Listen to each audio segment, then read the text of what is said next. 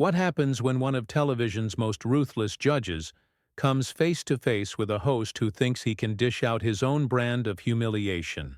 You won't believe what unfolds when Simon Cowell sits down with Jimmy Kimmel for what was supposed to be a routine late-night interview, only to witness one of the most explosive confrontations in talk show history.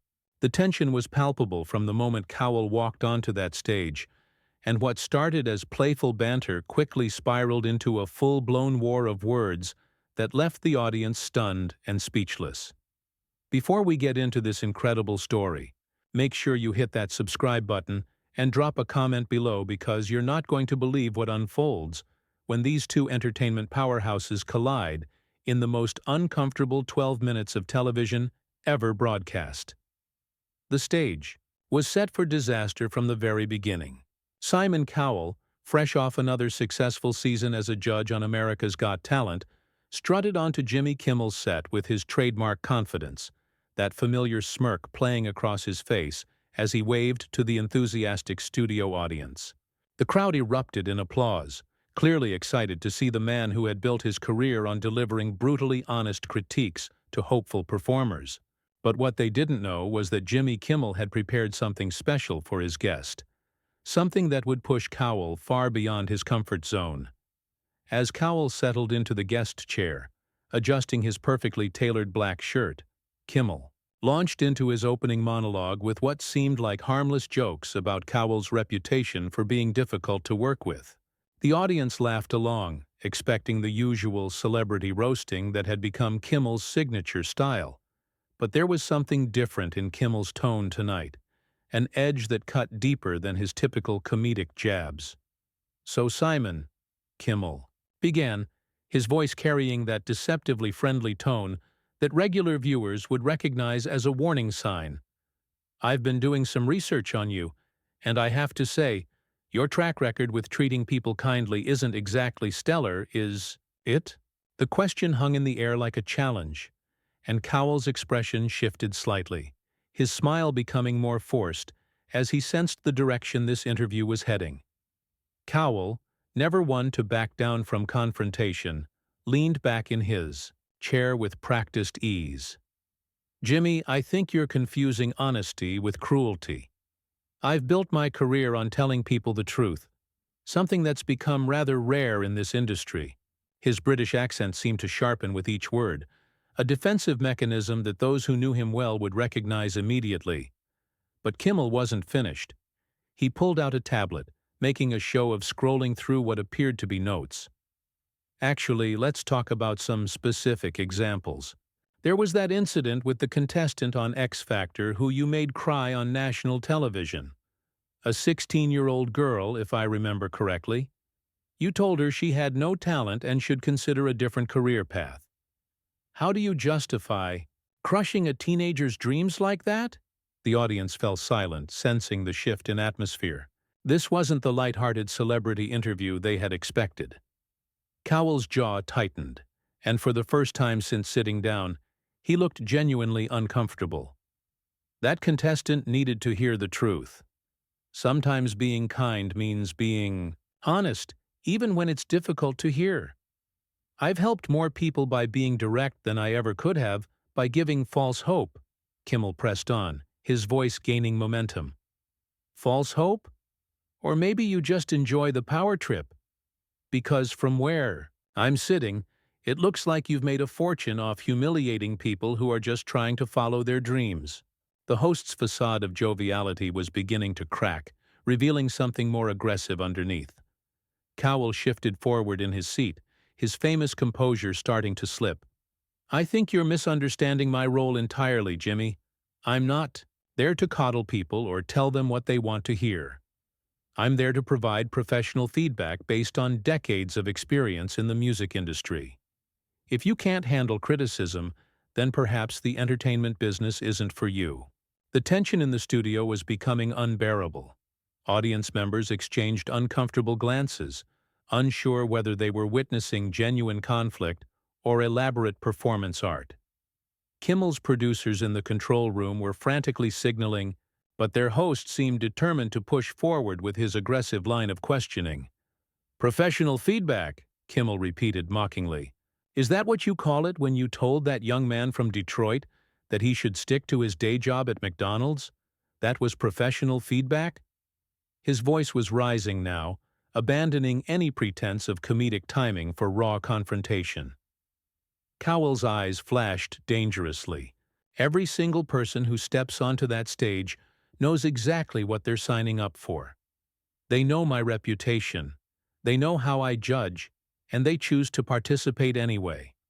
I don't force anyone to audition, Jimmy. They come to me seeking the truth, and I give it to them.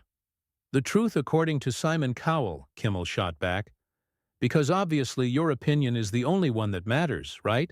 You've appointed yourself as the final arbiter of talent in America, and everyone else should just bow down to your superior judgment.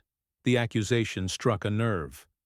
Cowell's carefully maintained public persona was beginning to crack under the sustained assault. I've discovered and developed some of the biggest stars in the world, Jimmy. One Direction, Leona Lewis, Susan Boyle. My track record speaks for itself.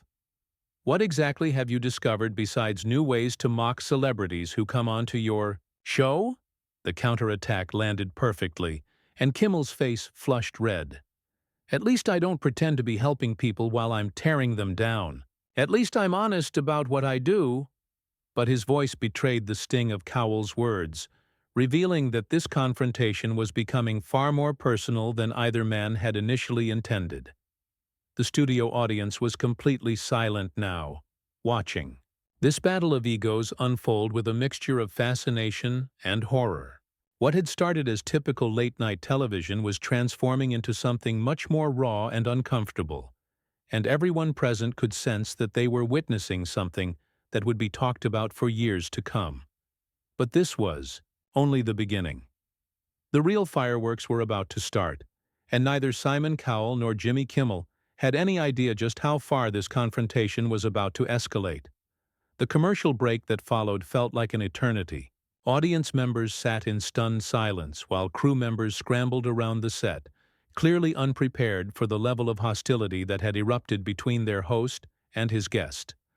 Cowell remained seated, his posture rigid with barely contained anger, while Kimmel paced behind his desk like a predator circling its prey. The makeup artist who approached to touch up Cowell's appearance was waved away with a sharp gesture that left no room for argument. When the cameras rolled again, the atmosphere had somehow become even more toxic. Kimmel's opening smile looked forced and predatory as he addressed his audience. We're back with Simon Cowell, and we were just having a fascinating discussion about the difference between constructive criticism and public humiliation. His words dripped with sarcasm, and it was clear that whatever had happened during the break had only made things worse. Cowell leaned forward, his voice dangerously quiet. Jimmy, I think your audience deserves to know what you really think about the people who come on your show. Should we talk about how you prepare for these interviews? How you specifically look for ways to embarrass your guests for the sake of cheap laughs? The accusation hung in the air like a loaded weapon, and Kimmel's expression darkened considerably. That's rich coming from someone who built his entire career on making people cry on television. Kimmel fired back, his voice growing louder with each word. At least I don't pretend to be doing them a favor while I'm destroying their self-confidence. At least I don't hide behind some twisted version of tough love while I crush people's spirits for entertainment. The audience was completely captivated now, watching this train wreck unfold with the morbid fascination of drivers passing a highway accident. This wasn't entertainment anymore. This was two powerful men engaging in psychological warfare on live television, and nobody could look away. Cowell's famous composure finally snapped completely. You want to talk about destroying people? Let's discuss your little comedy segments where you ambush celebrities with embarrassing footage and personal questions they never agreed to answer. Let's talk about how you've turned celebrity humiliation into an art form, all while hiding behind that fake smile and pretending it's all in good fun. At least I'm upfront about what I do, Kimmel shot back, his voice now reaching dangerous levels. I don't sit there pretending to be some kind of industry expert while I systematically tear down everyone who has the misfortune of performing in front of me. You've made a career out of being cruel, Simon, and now you want to lecture me about ethics? The confrontation was reaching a fever pitch. Cowell stood up from his chair, his tall frame towering over the desk that separated him from his host. You know what, Jimmy? I've heard enough. This isn't an interview, it's an ambush, and I won't sit here and let you attack my character for the sake of your ratings. But Kimmel wasn't backing down. He stood as well, matching Cowell's aggressive posture. Your character? What character? The character that takes pleasure in destroying young people's dreams? The character that has made millions of dollars off other people's failures and disappointments? That character? The studio audience was dead silent, sensing that they were witnessing something unprecedented in late-night television history. Security personnel had quietly moved closer to the set, clearly concerned about where this confrontation might lead. Producers were frantically trying to signal to Kimmel from the wings, but their host seemed completely consumed by his need to continue this battle. Cowell's voice dropped to a menacing whisper that somehow carried throughout the entire studio. You have no idea what you're talking about, Jimmy.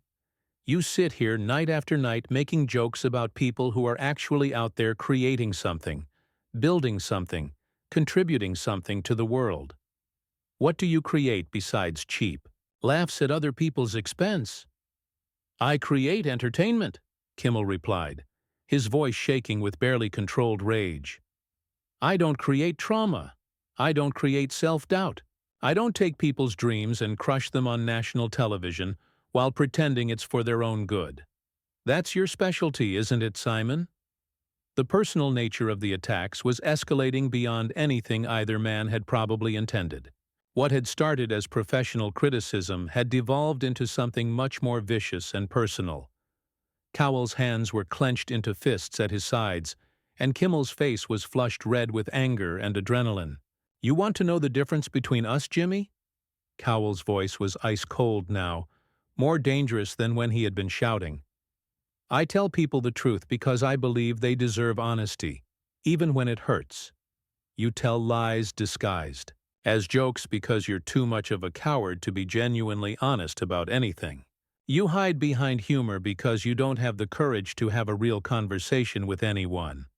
The accusation struck home, and Kimmel's reaction was immediate and explosive. Courage? You want to talk about courage?